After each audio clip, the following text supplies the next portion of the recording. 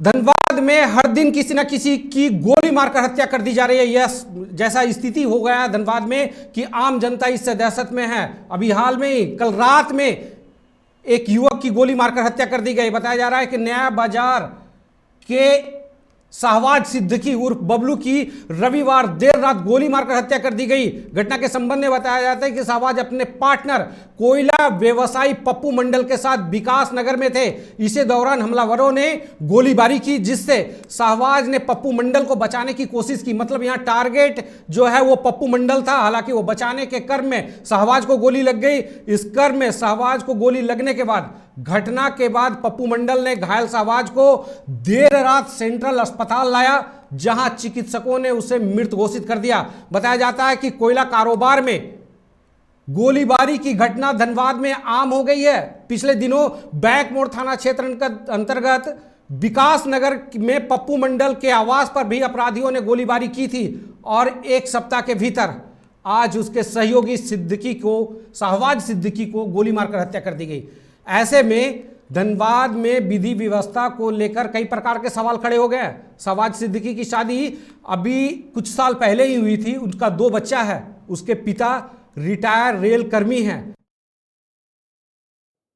1% भी हम लोग को नहीं मालूम। हम लोग को सुबह मालूम पड़ा है जी। तो हमारे दोस्त का भतीजा हुआ जी, तो मालूम पड़ा। हम लोग यहाँ देखने के लिए आए हैं। क्या नाम था इनका? उनका बबलू नाम था। क्या करते थे? पहले तो विदेश में रहते थे। फादर रेलवे में रिटायर हो गए हैं, लेकिन ये अभी लड़का सुने कि कोयला में काम पकड़ा था कुछ 1-8 महीना से लमसम। हाँ, वैसा लड़का था भी नहीं जो इसको कुछ मतलब उम्मीद भी है। पूरा नाम शायद कंफर्म नहीं है, ओरिजिनल नाम शाहबाज शायद था। शाहबाज। गोली कहाँ पे चला और कितना गोली लगा ये भी नहीं मालूम गोली कहाँ पर चला है। ये हमको खाली मालूम पड़ा कि इनको आपको मटपुरिया के पास छठ तालाब की तरफ कहीं कुछ ऐसा हादसा हुआ है। कोई पुराना दुश्मनी? नहीं, कुछ नहीं। वैसा लड़के नहीं थे। तब इनसे कभी हम लोग को तो मालूम ही नहीं। इससे क्या रंगदारी मांगेगा? ये तो वैसा मतलब घर का या फैमिली का लड़का भी नहीं जो रंगदारी मांगेगा। कोई हम नहीं बोलने लायक। कैसे घटना हुआ होगा बाद में रिपोर्ट मिलेगा। जानकारी के लिए कर लेते हैं प्रकाश कुमार इस समय हमारे साथ फोन लाइन पे जुड़े हुए हैं। सीधा मामला समझते हैं। प्रकाश, आखिर हो क्या रहा धनबाद में?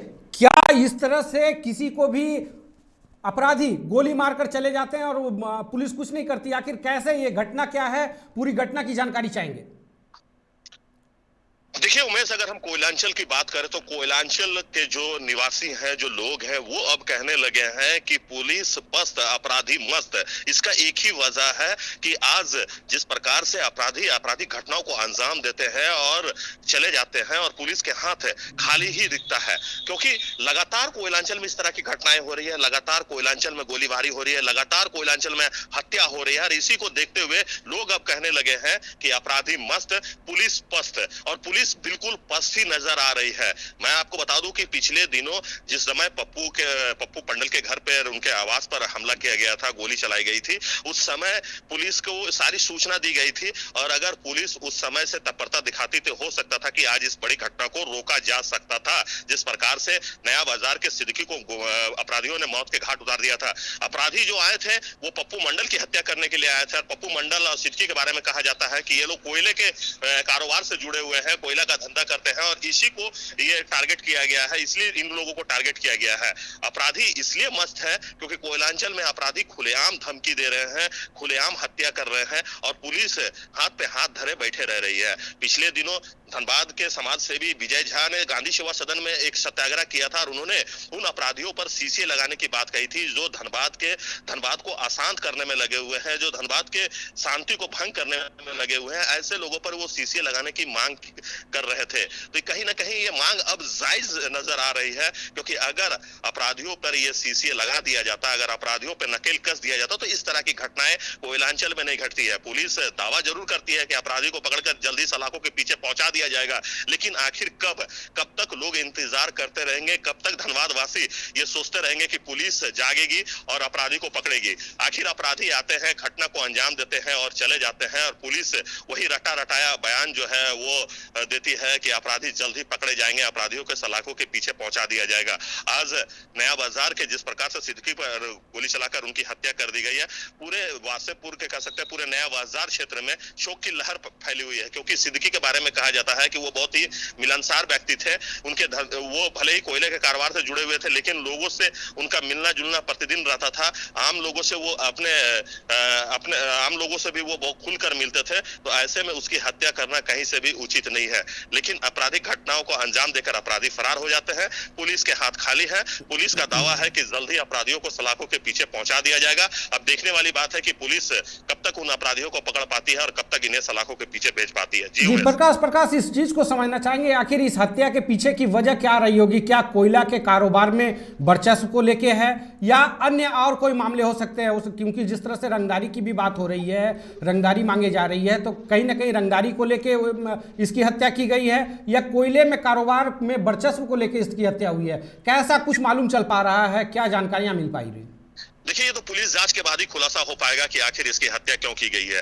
क्या रंगदारी का मामला था या फिर कोयले के सिंडिकेट में वर्चस्व की लड़ाई है? ये तो पुलिस जांच के बाद ही पता चल पाएगा। लेकिन इतना जरूर है कि कोयलांचल में अपराधी जो है वो बेलगाम हो चुके हैं, अपराधी बेखौफ हो चुके हैं, और यही कारण है कि इस प्रकार की घटनाएं लगातार घट रही है। पुलिस दावा जरूर कर रही है, लेकिन पुलिस के दावे में लोगों को अब सच्चाई नजर नहीं आ रही है। आखिर पुलिस कब तक इन लोगों को पकड़ेगी, ये भी लोगों को समझ में नहीं आ रहा है। उन लोगों को कहना है कि अगर इसी तरह से धनबाद को अशांत करने के लिए अपराधी सड़कों पर उतर चुके हैं, तो ये पुलिस के लिए एक बहुत बड़ी चुनौती है, और पुलिस को ये चुनौती हाथों हाथ लेनी होगी। अपराधियों को खत्म करना होगा, अपराधियों को सलाखों के पीछे भेजना होगा, अपराधियों को सीसीए लगा के जिला बदर करना होगा। तभी धनबाद शांत हो सकता है, तभी धनबाद की सुख शांति समृद्धि बनी रहेगी। वरना जिस प्रकार से अपराधी आए दिन घटनाओं को अंजाम दे रहे हैं, अपराधी आए दिन किसी न किसी को मौत हाथ उतार रहे हैं, तो ऐसे में लोगों में एक दहशत फैल गई है, और खास करके बिजनेसमैनों में ये दहशत अब आम हो गई है, क्योंकि बिजनेसमैन को लगातार टारगेट किया जा रहा है।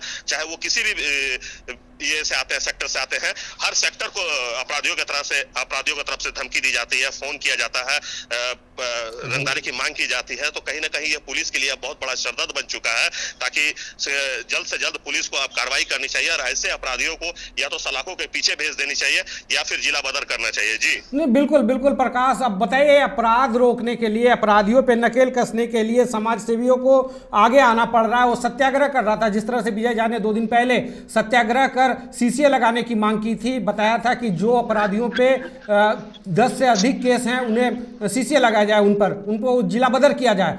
ऐसे स्थिति में पुलिस अभी कुछ करती, इससे पहले फिर से एक और हत्या, यह हर दिन हत्या का सिलसिला लगातार जारी है। ये कहां जाकर रुकेगा, ये कहना बड़ा मुश्किल है। जी बिल्कुल, आपने सही कहा है।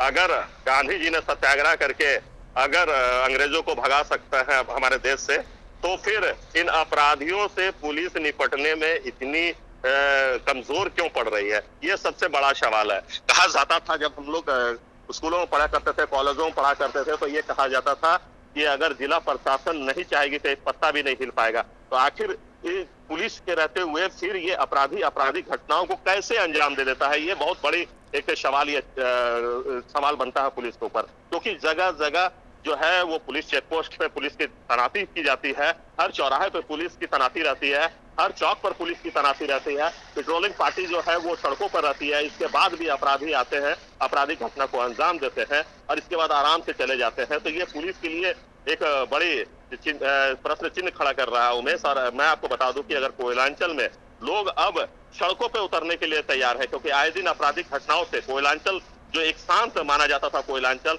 एक मिलनसार कोयलांचल माना जाता था, अब उस कोयलांचल में दहशत फैल चुकी है, गोलियों की तड़तड़ाहट फैल चुकी है। और इसी को रोकने के लिए अब समाज सेवियों को सड़कों पर उतरकर आंदोलन करना पड़ रहा है और ये मांग कर रहे हैं कि सीसीए लगाया जाए उन अपराधियों पर जिनका 10 से अधिक मामले हैं, तो उन्हें जिला बदर किया जाए, उन्हें सलाखों के पीछे भेजा जाए और जल्द से जल्द पुलिस कार्रवाई करे, नहीं तो वे लोग हम सड़कों पर उतरकर अपना विरोध जताएंगे। तो लोग अब सड़कों पर उतरने के लिए तैयार है पूरी तरह से, क्योंकि इनका कहना है कि कोयलांचल में अगर आपराधिक घटनाओं को नहीं रोका जाता है, नहीं रोक पाएगी पुलिस, तो फिर यहाँ किसी भी बिजनेसमैन के लिए बिजनेस करना या आम लोगों के लिए सड़कों पर निकलना बड़ा मुश्किल हो जाएगा। जी उमेश जी, बहुत बहुत शुक्रिया प्रकाश। पूरी खबर पे नज़र बनाए रखें, फिर हम अपडेट के साथ आएंगे और बताएंगे इस घटना में आखिर इस घटना के पीछे की वजह क्या है। हमारे रिपोर्टर्स लगातार इस खबर पे नज़र बनाए हुए हैं। हम फिर से लौटेंगे। फिलहाल जो कुछ धनबाद में हो रहा है, इस तरह से आए दिन सड़क पर लोगों को गोली मार दी जा रही है, घर के पास गोली मार दी जा रही है, ये काफ़ी दुखद है इस समाज के लिए। पुलिस को जल्द अपराधियों तक पहुंचना चाहिए और इस मामले का पट्टाछेप करना चाहिए। फिलहाल इस खबर में इतना ही। मुझे दीजिए इजाज़त। नमस्कार।